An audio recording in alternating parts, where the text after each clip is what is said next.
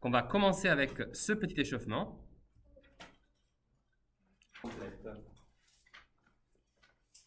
Alors, ça c'est l'inéquation qui nous intéresse. Encore une fois, inéquation, donc le résultat peut s'exprimer sous forme d'intervalle. Inéquation, inégalité, intervalle, on est tout cohérent.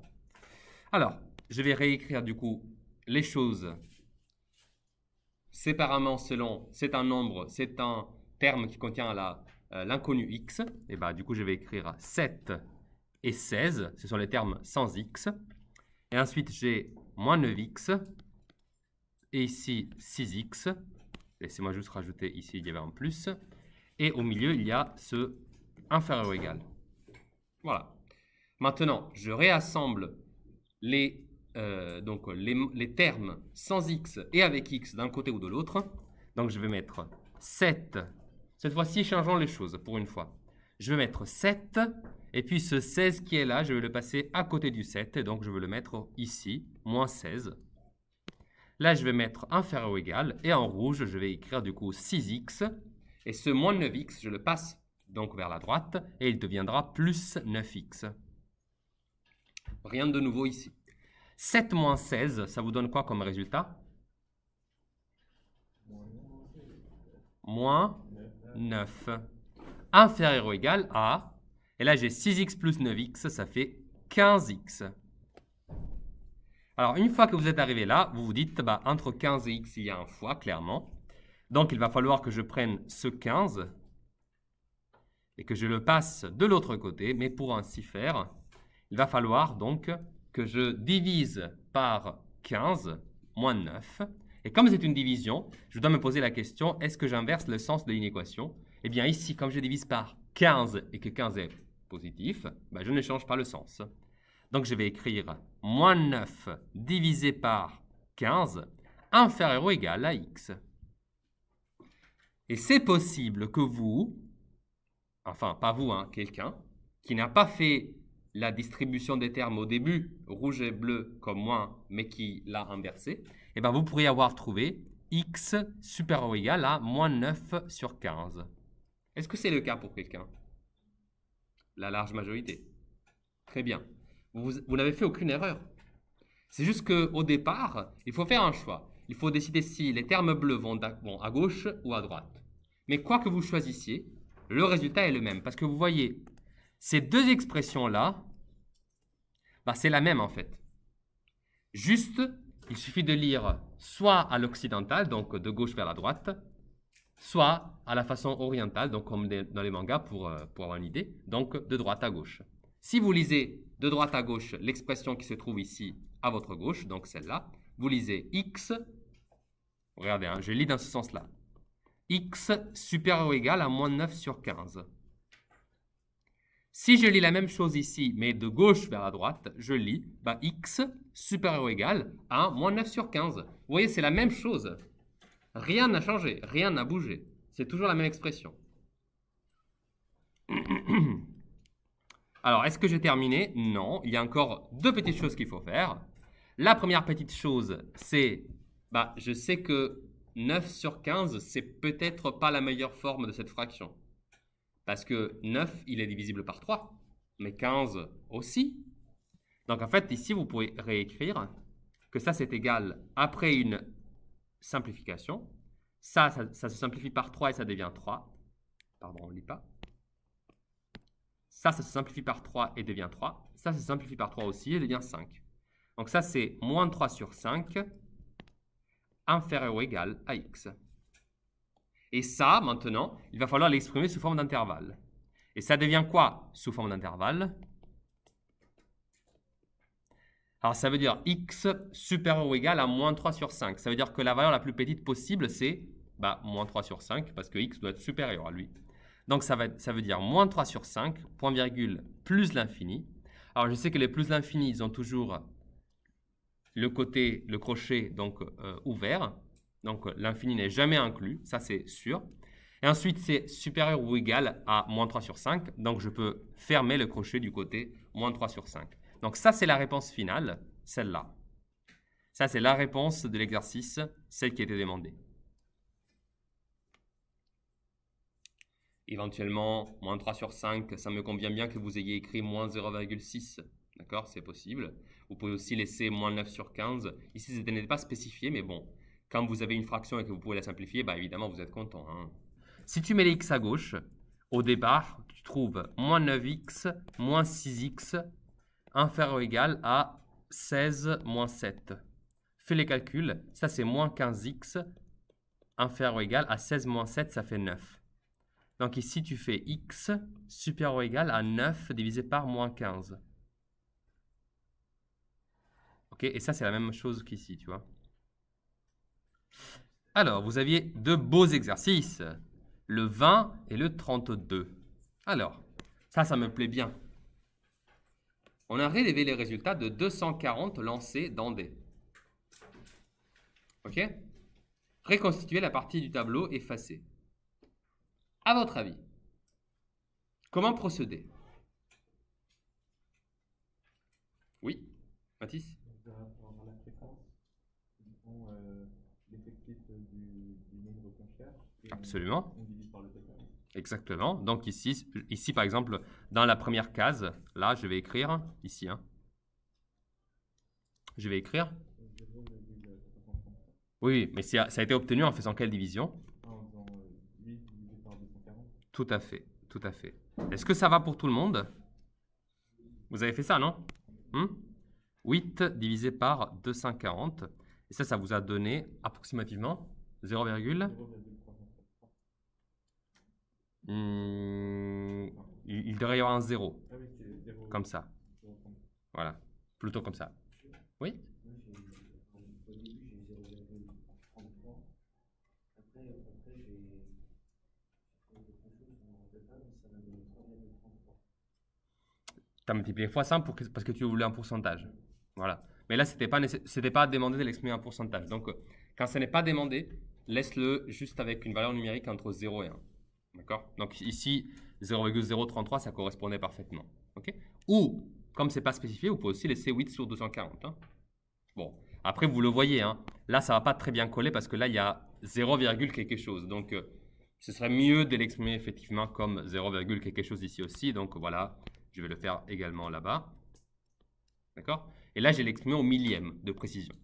Ok, donc dans la deuxième, je vais faire 12 sur 240, après 20 sur 240, 24 sur 240, et ainsi de suite.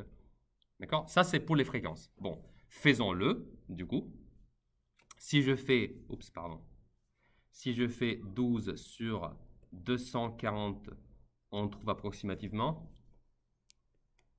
On trouve exactement. Alors, 0,0.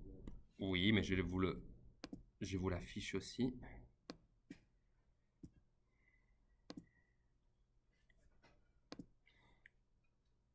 Ah, pardon. Voilà. 12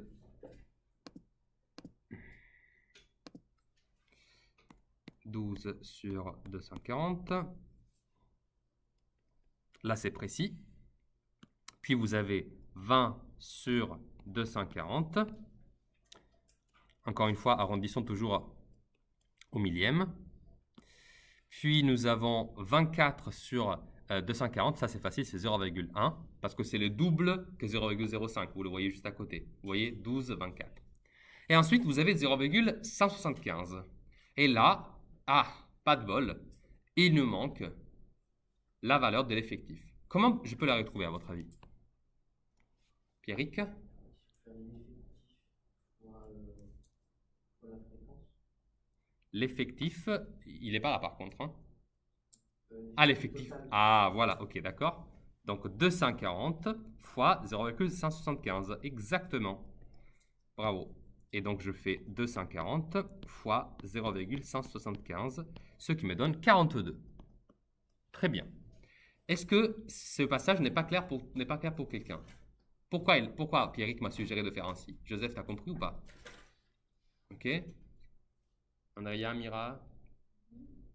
Tout est clair ici, ce passage? Rania? Ton menton sur ton cahier dit que tu es d'accord avec ça? Oui? Ok. Oui? Mais... Pour faire la 6. Ok, et Eva? T'as pas compris pourquoi. Alors, la fréquence, elle est obtenue en faisant l'effectif de la valeur divisé par l'effectif total. D'accord? Ça, c'est égal du coup à 0,175. Mais nous, de ces trois choses-là, nous connaissons aussi l'effectif total. Nous savons que l'effectif total, bah, là, je peux le remplacer par la vraie valeur qui est 240. Alors, tu vois, l'effectif sur 240, il est égal à 0,175. Et bien, si je veux trouver l'effectif, du coup, bah, je vais faire 0,175 et exactement comme dans les équations, tu vois, quand j'ai un dénominateur quelque part, si je veux le faire passer de l'autre côté, eh ben, je dois multiplier fois ce même dénominateur. Tu vois, comme 240 était dans une division au dénominateur, bah là, il devient une multiplication. Et donc, je fais 0,175 fois 240. Très bien. Alors, maintenant qu'on a cette information-là, bah, du coup, ça devient simple de compléter complètement la dernière case. Parce que là, je sais que le total des effectifs, c'est 240. Et là, j'ai 8, 12, 20, 24, 42. Bah, je sais du coup que 8 plus 12, ça fait 20. Plus 20, ça fait 40. Plus 24, ça fait 64.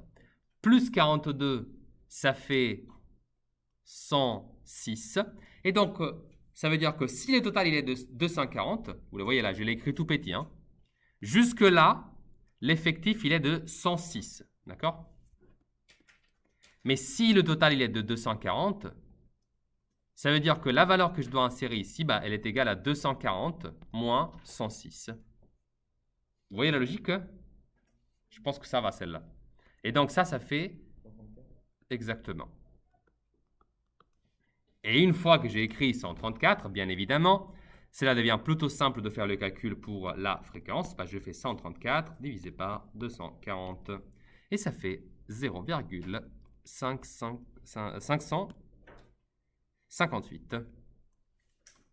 Voilà, voilà. Ok, maintenant il y a tout. Alors évidemment, le total ici, si je veux mettre la fréquence, bah, du coup c'est 1. 240 sur 240, ça doit faire 1. Asita? Pour le 6, moi j'ai écrit 0,56. Mais parce que tu as arrondi au centième.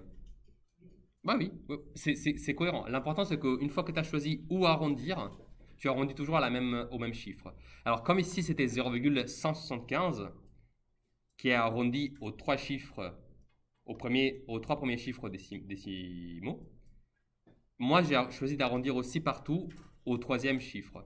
D'accord? Évidemment, là où c'était 0,05 et qu'après il n'y avait rien, bah, du coup j'ai laissé 0,05 parce qu'après il y a juste 0, tu vois. Et après 0,1, il y a encore des zéros, donc c'est inutile de les écrire. D'accord? Mais pour que ce soit joli, j'ai arrondi partout pareil. Ok, maintenant il dit représenter les données par un graphique adapté.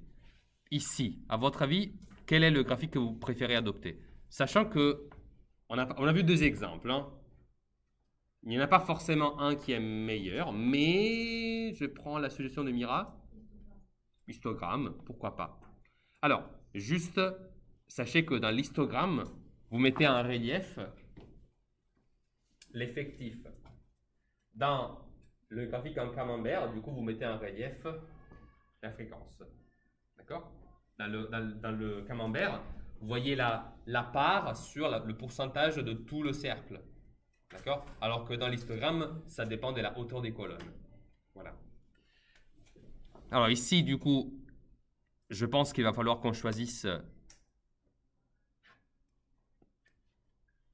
Voilà, vous voyez, on se met comme ça. On commence à mettre nos petites colonnes. Moi, je vais mettre 1, 2, 3, 4, 5 et 6. D'accord? Et ensuite, je sais que je dois arriver jusqu'à 134. Alors donc là, c'est 1, 2, 3, 4, 5, 6, 7, 8, 9 et 10. Alors, je vais mettre ici 134. Parce que sinon, je vais pas pouvoir écrire partout. Et je commence à faire quelques petites colonnes parce que je sais que de toute façon, la valeur 6, il a effectivement cette hauteur-là. Donc, je me mets là. Et je fais une belle colonne jusque là. D'accord? Donc, ça, c'est la colonne pour la hauteur 134. D'accord? Et ensuite, maintenant, je continue à faire toutes les autres colonnes. Donc la deuxième, en descendant du coup, c'est pour 42. Alors 42 se trouve approximativement à cette hauteur ici. Alors, sachant que ça c'est 134, ça veut dire que la moitié qui se trouve ici, ça va être approximativement la moitié de 134, donc précisément, pardon, la moitié de 134. Et donc c'est 67. Voilà. Et donc ça c'est approximativement 53,6 si j'ai bien fait mes calculs. Et ça c'est 40,2. Donc 42, il doit se trouver approximativement ici. Ne vous inquiétez pas si ce n'est pas précis, hein. Ce type de tableau, ils sont faits pour donner l'information de façon résumée. Donc si ce n'est pas super précis, ce n'est pas très grave. Oui. C'est mieux de faire un camembert alors. Il n'y a pas de meilleur choix. Déjà, c'est mieux puisque ça va Bah, à 134. Oui, mais toi, tu dois choisir selon l'information que tu veux faire passer. Avec le camembert, tu fais passer les fréquences. Avec le histogramme, tu fais passer l'effectif. D'accord? Alors, honnêtement, c'était peut-être légèrement plus adapté le camembert parce que ça aurait été un peu plus simple à tracer. Mais l'histogramme n'est pas pour autant inadapté. L'histogramme, ça vous communique juste autre chose par rapport au camembert. C'est tout. Je le termine juste rapidement. Après, nous avions 24. 24, il se trouve approximativement ici. Un peu moins que la deuxième barre. On va le mettre là. Et ça, c'est pour la valeur 4.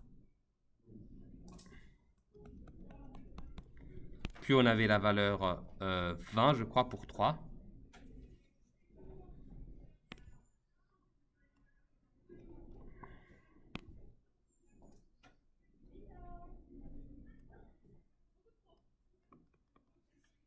Puis, on a la valeur 12 pour 2 et 1 pour 8. 12 et 8. Donc, je vais mettre 12 ici et 8 ici.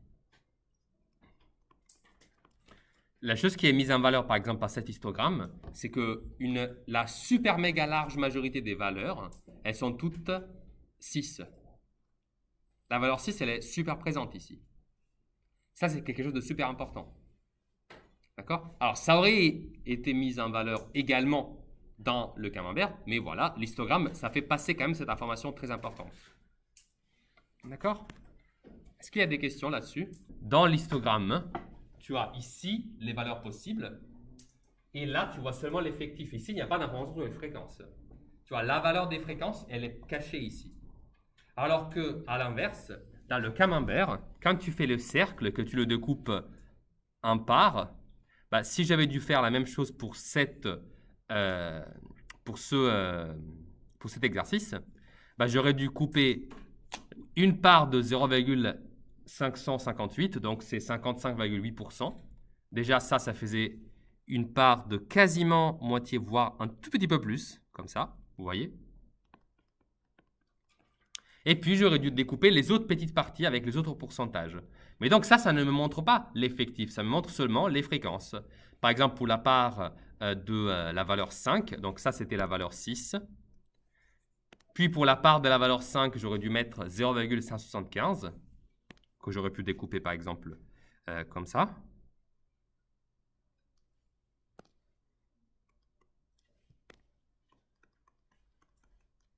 Et ainsi de suite, toutes les autres parts. Mais du coup, à chaque fois, j'utilise, pour déterminer l'ampleur de la part, j'utilise seulement la fréquence. D'accord? C'est sur ça que c'est ça que j'exploite comme information. D'accord? Toutes les valeurs qui se trouvent ici. Donc, encore une fois, ça dépend toujours de ce qui veut votre public, ce que vous pensez sera plus clair pour les personnes qui vont lire votre graphique qui présente le résultat. Le deuxième exercice, c'est un exercice de moyenne. il vous disait un paradoxe. Pourquoi? Alors, vous savez que dans ce groupe industriel, il y a deux entreprises qui s'appellent A et B. Voilà, pas beaucoup de fantaisie là.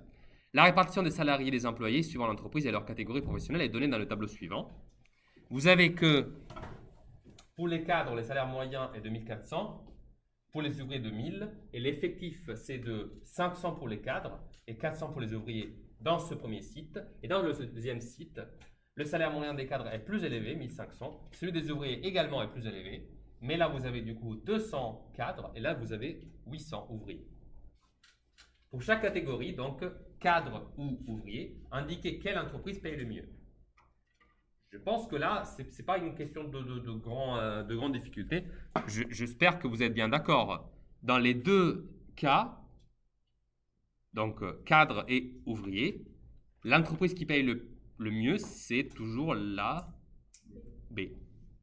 D'accord? Donc là, je ne perds pas trop de temps. On le voit clairement. Maintenant, calculons la moyenne des salaires de chaque usine. Alors, la moyenne de salaire, ici, c'est très facile à faire parce que ça, c'est quoi? C'est deux tableaux, du coup, dans lesquels vous avez seulement deux valeurs. La valeur du salaire moyen, donc 1400 et 1000, et l'effectif de 500 ou de 400 pour le site A, et la même chose équivalente dans le site B. Donc, pour calculer la moyenne, j'ai fait quoi? Alors, dans le site A, je vais faire, comme on a appris, l'effectif, donc 500 fois 1400, plus l'effectif 400 fois 1000, le tout divisé par combien? Joseph? Combien à ton avis? Obtenu comment? Très bien. Et vous vous rappelez de comment ça s'appelle ça? Bravo Mathis. Ça, c'est l'effectif total. C'est toujours lui qui divise. Faisant ce petit calcul, ce n'est pas trop dur non plus. Je fais 500, alors parenthèse, pardon. Parenthèse. 500 fois 1004 plus 400 fois 1000, le tout divisé par 900. J'ai écrit 9000, pardon. Voilà. Si je ne me suis pas trompé à écrire, et normalement ça devrait être bon, on trouve approximativement 1222,22. Voilà. C'est le salaire moyen. Très bien. Maintenant, faisons la même chose pour le deuxième site. Clairement, on ne va pas changer notre formule, hein, c'est la même chose exacte. On a 200 fois 1500, plus, cette fois-ci, 800 fois 1100. Le tout divisé par le total des effectifs, ça fait donc 200 plus 800, ça fait 1000. Encore une fois, 1000 est l'effectif total. Je vais juste me le marquer à côté parce que je veux que ce soit très clair. Si je fais les calculs maintenant, alors moi je suis malin, donc je vais juste modifier les valeurs ici parce que je n'ai pas envie de tout réécrire. Donc je vais écrire ici 1000 maintenant. Et maintenant, ça va être 800 fois 1100. Donc là, je vais juste modifier 800 fois 1100. Oups. Et puis, je modifie, c'est 200 fois 1500. Alors, là, je mets 500. Et là, je mets, du coup, 200.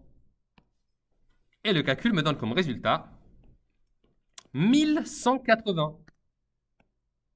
Ça, c'est le salaire moyen de la première entreprise. Et ça, c'est le salaire moyen de la deuxième. Et nous, qu'est-ce qu'on vient de dire? On vient de dire que l'entreprise qui paye le mieux, pour chaque poste, c'est l'entreprise. Alors que dans la moyenne, le site qui paye le mieux, c'est le site. Pourquoi? Sephora. Change ton volume de niveau 2 à 8 sur 10. Exactement. Et en particulier, c'est quoi qui change si tu regardes le rapport entre le nombre de cadres et le nombre d'ouvriers? Dans cette entreprise, il y a plus de cadres ou plus d'ouvriers? Donc, ça veut dire que là, plus que la moitié des gens, ici, sont payés 1400 €. Ça fait beaucoup. Surtout parce que là, vous avez que les cadres qui sont mieux payés que ces cadres qui sont là, il y en a quand même beaucoup, beaucoup moins. 200 et 800, ça veut dire que si le total est 1000, ça c'est 1/5 et ça c'est 4/5. 20%, 80%. Alors que là, c'était plus que la moitié, les cadres. Même si, encore une fois, si vous êtes un cadre ou un ouvrier, vous avez quand même intérêt à aller travailler dans le site B. Parce qu'en tant qu'ouvrier, vous serez mieux payé ici que là. Et en tant que cadre, vous serez mieux payé ici que là.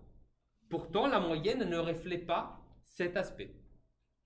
Et ça, c'est justement ce paradoxe-là. C'est la raison pour laquelle la moyenne, c'est bien, mais c'est pas top. C'est pas top parce que ça vous cache des informations. D'accord? Et ça peut parfois masquer des choses. Est-ce que vous êtes d'accord avec ça ou pas? Si je vous ai fait ce paradoxe, c'est parce que j'aimerais introduire un nouveau quelque chose qui s'appelle la médiane. Alors, avant de vous donner la définition de la médiane, ne l'écrivez pas tout de suite, on va commencer par un exemple. D'accord? On va commencer par un exemple. Hier, quand on était ici réunis, on avait trouvé deux tableaux. Vous vous rappelez, c'était le tableau, pardon, pas hier, mardi. On avait trouvé le tableau du nombre d'animaux domestiques. 0, 1, 2 étaient les possibles valeurs. Et puis, on a fait une autre étude sur le nombre de réseaux sociaux que vous utilisiez. D'accord? Alors, c'est ce deuxième-là qui m'intéresse. Donc, vous l'avez dans votre cahier court. Je vous ai dit de le recopier là-bas. Vous pouvez le récupérer un instant? Maintenant qu'on a reconstitué ça, je vous rappelle qu'on avait calculé la moyenne de ce tableau. C'était 4,3. Arrondi, c'était 4,35, je crois. Et maintenant, je vous propose de calculer du coup la médiane. Donc, vous pouvez marquer à partir du même tableau. Vous n'avez pas besoin de le refaire. On va toujours se baser sur celui-là, mais la question va être maintenant comment calculer la médiane. Alors déjà, essayons d'être d'accord sur la définition de médiane. La médiane, c'est une valeur numérique, une valeur qui va toujours se trouver parmi les valeurs possibles du caractère. Donc attention à ça, hein. La médiane est la valeur numérique qui se trouve au milieu de la liste ordonnée de toutes les valeurs.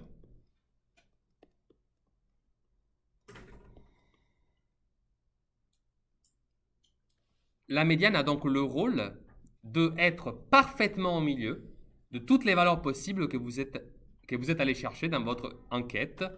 Ici, c'était l'enquête sur le nombre de réseaux sociaux, mais ça peut être sur le salaire des ouvriers et des cadres, comme tout à l'heure. Ça peut être ce que vous voulez. Intéressons-nous donc à la médiane. Comment je fais pour trouver la valeur numérique qui est au milieu de la liste ordonnée de toutes les valeurs? Premièrement, déjà, prenons cette liste. C'est qui les valeurs ici? On avait 3, 3. 1, 2, 3. Ensuite, on avait 7, 4. 1, 2, 3, 4, 5, 6, 7. Puis on avait 2, 5. 5, 5. Puis on avait 1, 6. Et enfin, on terminait par le 8. Et regardez maintenant ces valeurs. Moi, je veux trouver la valeur qui se trouve au milieu de cette liste. Comptons-les, pardon. 1, 2, 3, 4, 5, 6, 7, 8, 9, 10, 11, 12, 13 et 14. C'est logique. Donc, ce que je vais faire, c'est que je vais les séparer en deux. Et comme il s'agit de 14 personnes, donc ici, c'était les 14 données que vous m'avez gentiment fournies, je vais séparer en 7 et 7. Donc, 3, 3, 3, 4, 4, 4, 4, ça fait les 7 premiers termes. D'accord? Donc ça, c'est les 7 premiers termes. Je ne comprends pas pourquoi vous n'écrivez pas la même chose que moi. Et ça, c'est les 7 derniers termes. Oui. Est-ce que vous pouvez juste remontrer un petit peu que je regarde juste la phrase? Ici, on avait un nombre de effectifs total qui était pair, c'était 14. Donc, ça a été simple de trouver un moyen de diviser parfaitement en deux cette liste avec 7 et 7. À votre avis, quelle est la valeur qui se trouve au milieu? J'entends des 4. Mais vous devrez me dire qu'il n'y a pas une valeur au milieu. Il y en a deux. Ici, en effet, je peux dire que les deux valeurs qui se trouvent au milieu, c'est ces deux valeurs-là. Autrement dit, la dernière valeur de la première moitié et la première valeur de la dernière moitié. Je vous le répète si vous voulez. La dernière valeur de la première moitié, c'est le 4 qui se trouve ici. Et ensuite, vous avez la première valeur de la deuxième moitié, c'est le 4 qui se trouve ici. La médiane est donc définie comme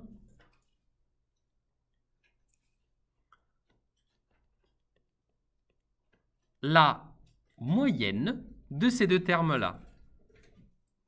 Mais comme ces deux termes-là, c'est le même, en fait, 4 et 4, ça fait 8, divisé par 2, ça fait encore 4. Et c'est logique, hein, la moyenne entre deux valeurs qui sont égales, bah, ça doit être 4. Hein. Je pense que ça va. Donc ça, c'est la médiane de cette série statistique.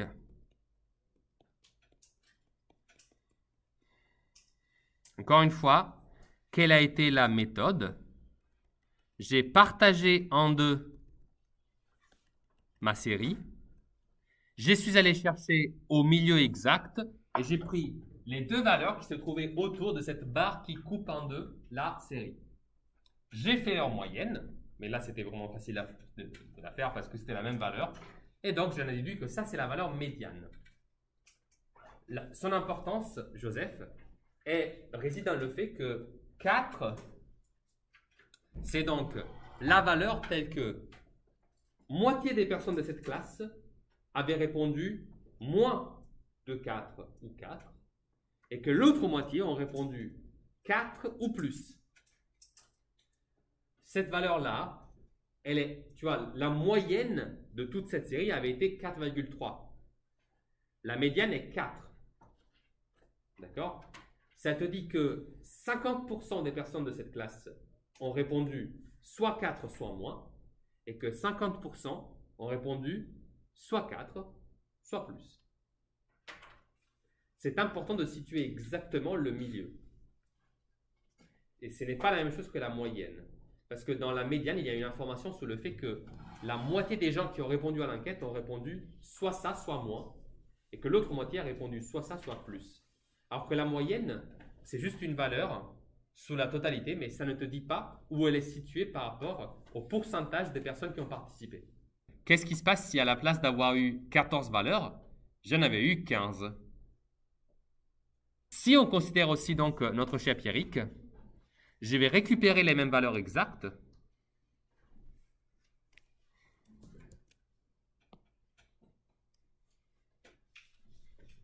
Et je vous fais donc cet exemple.